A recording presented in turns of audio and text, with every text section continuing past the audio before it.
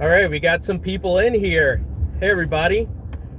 Currently driving to Brooklyn. I'm in Manhattan right now. Felt inspired to do a live stream. It's my first live stream ever. And funny enough, it's coming from the car. And I just want to talk about a few things. So we'll give about 5 minutes or so for everybody to get in. What's up, English Nick? What's up, XRP Superman Punch? Anthony Campbell, PS Crypto, Adam Sprout. I'll definitely keep my eyes on the road. I'll be driving speed limit at least. Hope everybody's doing well. Currently driving from Manhattan over to Brooklyn, and felt inspired to do a live video and talk a bit about crypto and see what's going on. So guys, right now Bitcoin is currently sitting at just over 7,500, and some folks believe the catalyst for that was the Iran tensions, obviously what's happening there. Some folks believe it was the proof of keys movement. Obviously none of us can say what the reason was specifically, but at least we have some ideas. And my hair is looking really weird right now, it's like going all over the place.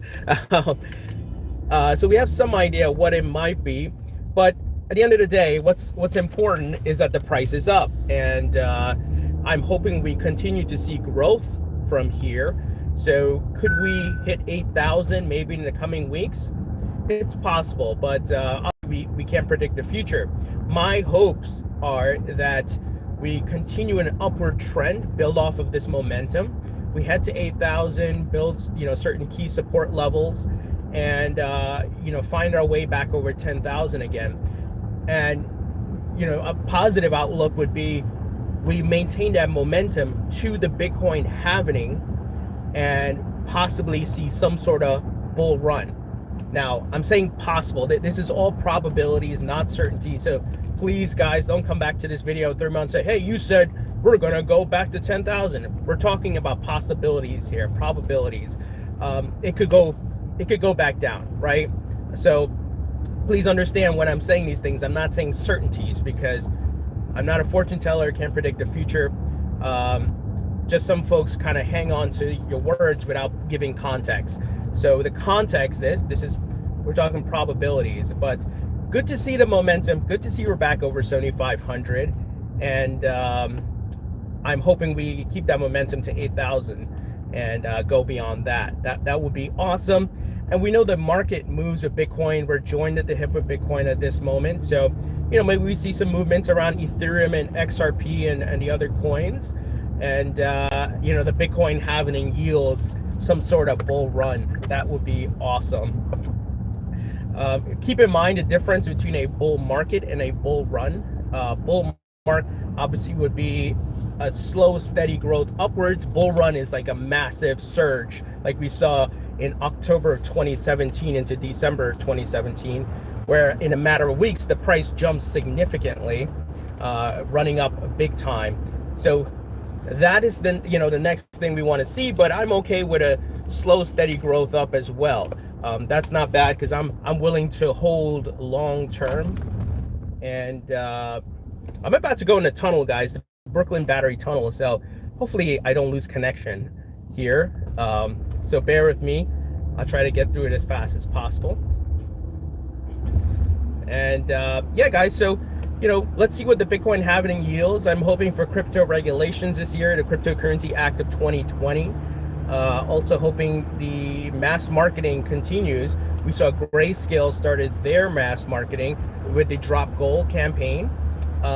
We also see eToro as being aggressive with online advertising. I'm with the folks at Back. I'm trying to interview Adam White, the president, but you know how these things work. They have big PR firm, things like that. I need to go through all the hoops, so to speak. Guys, I don't know if you guys saw me retweet it, but John McAfee, who we know as a big Bitcoin and crypto enthusiast, obviously invested in and so forth, has really backtracked on Bitcoin. obviously he's not going to be eating his you know what. He said it was just a ruse, like a gimmick to bring more people into the market. Okay, but you make a bold statement like that, people are going to expect it, right? And he started saying that Bitcoin is an old technology like a Model T Ford. Guys, I couldn't believe he tweeted that. Many of you know, I've talked about it on the channel. I'm still bullish on Bitcoin because I believe of it as a store of value. But in reality, the technology is outdated compared to XRP, Ethereum, and other faster cryptos, right? With more privacy, stability, and so forth, more transaction speeds. And it's funny to see, but I think that's big time. I tweeted about it. Very interesting. I might actually do a specific video on that, and we can dig into it. But he's essentially compared it to the Model T Ford, that it's an outdated technology and it's slow. No one, my mind was blown when I read that tweet this morning. And I'm sure many of you are surprised too, because he's been a big Bitcoin advocate. He's been on TV talking about Bitcoin, and I'm sure he's still holding Bitcoin, but it's funny to see him own up to the facts. Many of the facts that the XRP community and many other crypto holders have talked about. But at the end of the day, we have to see how these things play out. And that's why I personally diversify. I hold Bitcoin because I believe of its store of value, the momentum it has, all the financial products being built around it. But let's be honest, the day-to-day transaction usage and whatever, it's not there. The technology is not up to par. But XRP, even Ethereum, I'm bullish on Ethereum. Those are much better positions to be adopted from a utility standpoint. So that's just my thoughts on that, guys. I would love to hear what you guys think as well. And like I said, I'll do a video about it later. It's very, very interesting. John McAfee backtracking a bit there, both on eating his you-know-what and saying Bitcoin is not great from a technological standpoint, which is factual. So also yesterday I did a video on millennials potentially getting $70